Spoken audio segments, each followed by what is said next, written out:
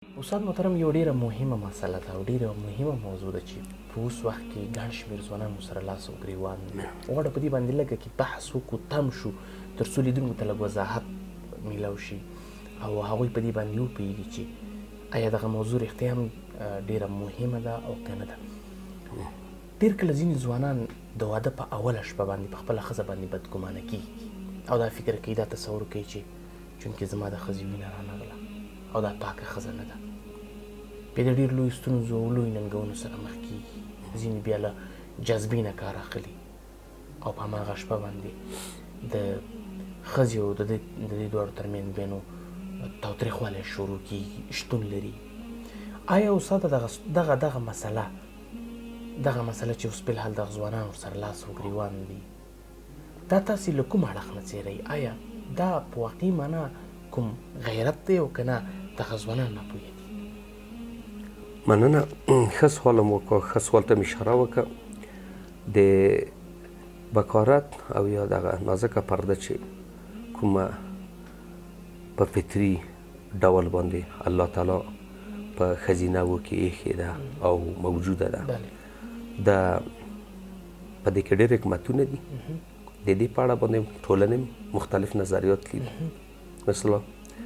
موږ تاسو په ټولنو کې بالخصوص د افغانستان په ټولنه کې دا مسله ډیره جدي،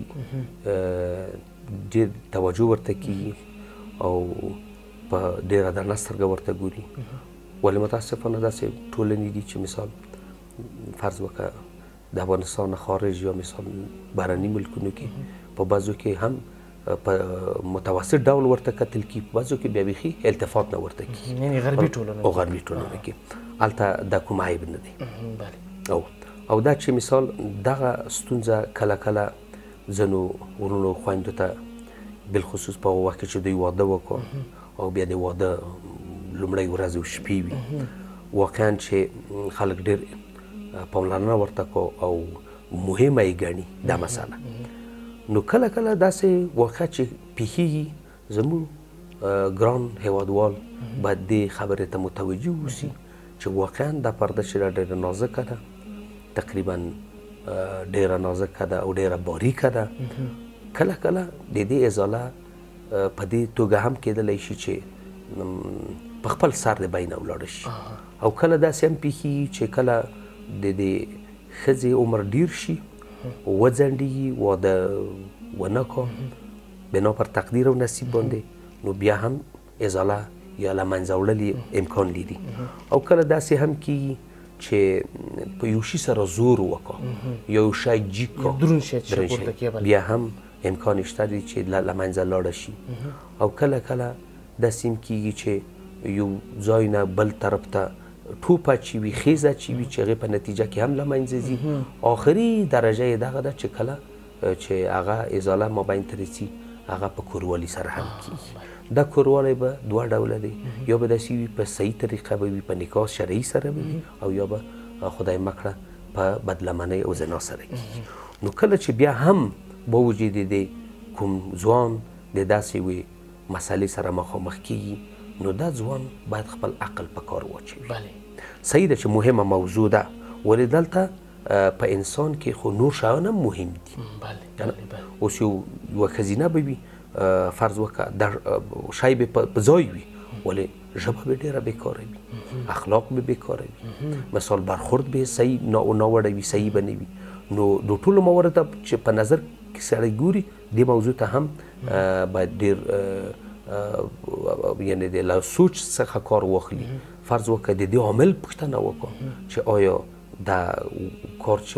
مثال ترسره شوی دی لامل یې څه دی، او تحقیق باید وشي او کورنۍ په جریان کې واچول شي. او فرض وکړه بیا له هغې وروسته له هر څه نه خو موږ تاسې چې کله په یوه ټولنه کې یوه ستونزې سره مخامخ کیږو، کله کله موږ تاسې فرض وکړه یو شی ته ګذشت هم کړو که نه، ځکه چې د هغو ژوند هم باید په نظر کې ونیول شي. لکه څنګه چې موږ نارینه ونه ډېرې ګناوې کېږي، خو کومه ورځ موږ کومې ښځینه موږ ته درېدلې ده چې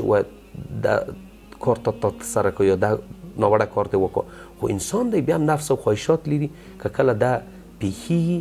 صحیح ده چې موږ په درنه سترګه ورته ګورو خو بیا هم ښه خبره دغه ده لکه په نورو ناوړو کارونو کې دا د موږ تاسو د دین مسله هم ده او د موږ تاسو د عادت او د فرهنګ مسله هم ده د کلتور مسله هم ده چې گذشته او عفو یې پکې شرط ګڼلې ده او باید داسې وکړو د هغو ژوند ته وګوري د هغو آینده ته وګوري که بیا هم دې ته یې ونه کتل نو دلته موږ نورې لارې هم لرو چې دا مسله حل شي هغه د خبرې اترې دي مصالحه ده جوړښت دی دغه لارې د په کار وچوي خو سمدستي د متواصل طلاق او د نکاح پرې کېدو ته دې نه کیږي. ډېره مننه استاد محترم. دغه د خبرو لنډه نتیجه که زه داسې ووایو چې ډېر کله خلک چې په خپله ښځه باندې بدګمانه کېږي په خپل مېرمن باندې د واده په اوله شپه بدګمانه کېږي هغوی دا فکر کوي چې خدای مه کړه زما مېرمن مخکې له دې نه د واده نه مخکې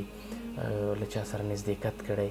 یعنې بدګماني پرې رامنځته کېږي هغه دا دی دا وایي چې زما ښځه مثلا باکره نه وه یا وینه رانغله دا په څو حالاتو سره دا وینه نشي راتلی یعنې دغه پرده له منځه ځي ځکه دا پرده ډېره نری ده یوه دا ده چې په لوړ ټوپ سره له منځه ځي بله دا ده چې په ډېر دروند شي پورته کولو سره له منځه ځي بل د ډېر عمر په تېرېدو سره چې ښځه ډېر عمر ولري یعنې ډېر وخت د پلار په کور پاتې شي یعنې پیغله پاتې شي او دا له منځه ځي او بله مهمه خبره دا ده چې دا په عامه اصطلاح لوړ ټوپ وهي یعنې یو ځای نه بل ځای نه لوړ ټوپ وهي دغه پرده له منځه ځي خو ځوانانو ته دا په کار نه ده چې دوی دې د واده په اوله شپه د خپلې ښځې په خپله ښځه بدګمانه شي دوی دې دفتن د خپل هوش نه کار واخلي نه دوی ته په کار نه دی دوی باید لومړی په دغې موضوع باندې تحقیق وکړي څېړنه وکړي چې آیا دا د دې هغه لا ریزلټ او نتیجه باید معلومه شي له هغې نه بعد دوی بیا خپل اقدام ترسره کړي اوس خو استاد محترم ډېره اسانه خبره دا ده چې اوس خو ټسټونه راوتلي هر څوک کولی شي چې ټسټ ترسره کړي هغه د ټسټ پر اساس باندې هم دوی کولی شي چې د خپلې ښځې هغه اصلي نوعیت معلوم کړي نو اوس وخت کې خو دغه مسایل ډېر اسانه شوي دي بیا هم له تاسې ډېره زیاته مننه استاده کور ماباد چې په ډېره یو مهمه موضوع مو راسره بحث وکړ او ډېره جالبه موضوع چونکې چې ګڼ شمېرونه له دغې ستونزو سره لاس و ګرېوان دي او ګڼ شمېرونه موږ ته میسیج کوي چې دغې ستونزې سره لاس و ګرېوان دي د حل لاره یې څه ده بیا موږ ورته هغه خپله توصیه وکړو چې تاسې باید دغه کارونه مخې ته یوسئ. مننه تاسو هم چې موږ دعوت کړو. ډېره مننه. خدای تاسو ته برکت در نصیب کړي. سلام علیکم.